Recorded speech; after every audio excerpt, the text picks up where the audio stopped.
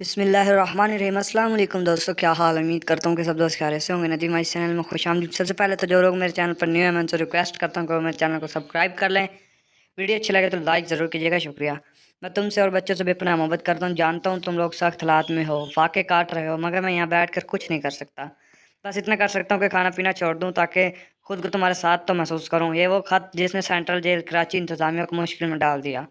خط لکھنے والا قیدی بھوک ہڑتال کر چکا تھا، انتظامیہ کوشش کے باوجود بھوک ہڑتال ختم نہ کرا سکی تو اعلیٰ حکام کو مطلع کیا، جس کے بعد اس معاملے کی انکوائری ایک نوجوان پولیس افسر کے پاس آ گئی۔ یہ قصہ پولیس افسر نے سنایا۔ پولیس افسر کے مطابق میں نے خط پڑھا تو بے چین ہو گیا، فائل اپنے گھر لے گیا اور وہ خط اپنی اہلیہ کو دکھایا تو وہ رونے لگی۔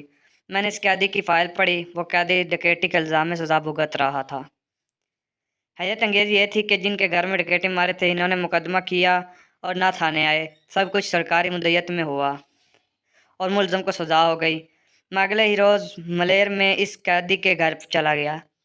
اس کی اہلیہ اور 3 بچے ملیر کھوکھرا پار میں ایک کمرے کے ٹین کی چھت والے گھر میں رہتے تھے۔ سیاہ نے ایک کونے میں چولہا رکھ کے کچن اور دوسرے کونے میں چادر کے پیچھے بالٹی اور اینٹیں رکھ کے واش روم اور ٹوائلٹ بنایا ہوا تھا۔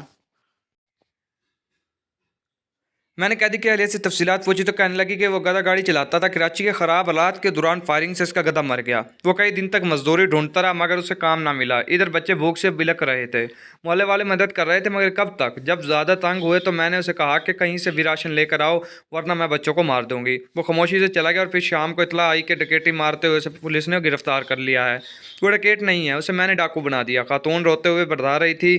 اس گھر کی حالت خاتون کے بیان کی گئی گواہی دے رہی تھی۔ میں وہاں سے نکل کے اس کے گھر میں گیا جس میں ڈکیتی ماری گئی تھی۔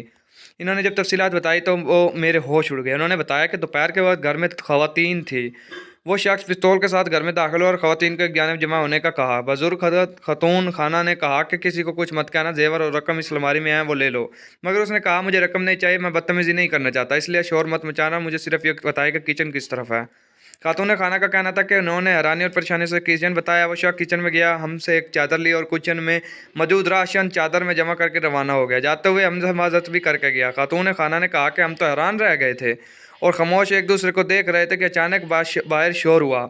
ہم نے پتہ کیا تو معلوم ہوا کہ کسی محلے والوں نے مشکوک حالت میں چادر میں سامان لپیٹے اس گھر سے نکلتے دیکھا تو شور مچا دیا، جس پر محلے والوں نے اسے پکڑ کر تشدد کا نشانہ بنایا اور پولیس کے حوالے کر دیا۔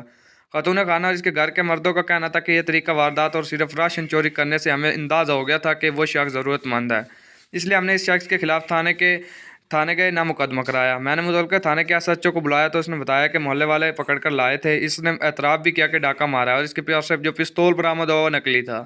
مقدمہ کرانے کوئی نہیں آیا تھا تو ہم نے سرکاری مدیریت میں مقدمہ عدالت میں پیش کیا اور عدالت نے سزا دے دی۔ میں نے انکوائری رپورٹ تیار کی، ساتھ اس گھرانے کے افراد کے بیان لگائے جن کے گھر ڈکیتی ہوئی تھی، تفصیلیں اعلیٰ حکام کو بھیج دی۔ مقدمہ عدالت میں دوبارہ چلا۔ شخص کو چند دن میں ہی ضمانت اور کچھ عرصے بعد رہائی مل گئی۔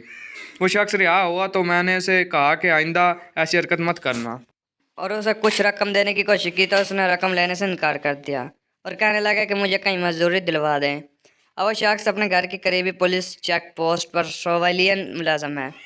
یہ ہڑتال اور لاک ڈاؤن کتنے گھر اجاڑتے ہیں، کتنے گھروں میں فاقے کراتے ہیں اور کتنے ڈاکو پیدا کرتے ہیں، اس کا اندازہ نہ ہی حکمران لگا سکتے ہیں نہ ہی ہمارا عدالتی نظام۔ حالات ہماری سوچوں سے بھی زیادہ خراب ہیں۔ مزید ایسی ویڈیوز کے لیے چینل ضرور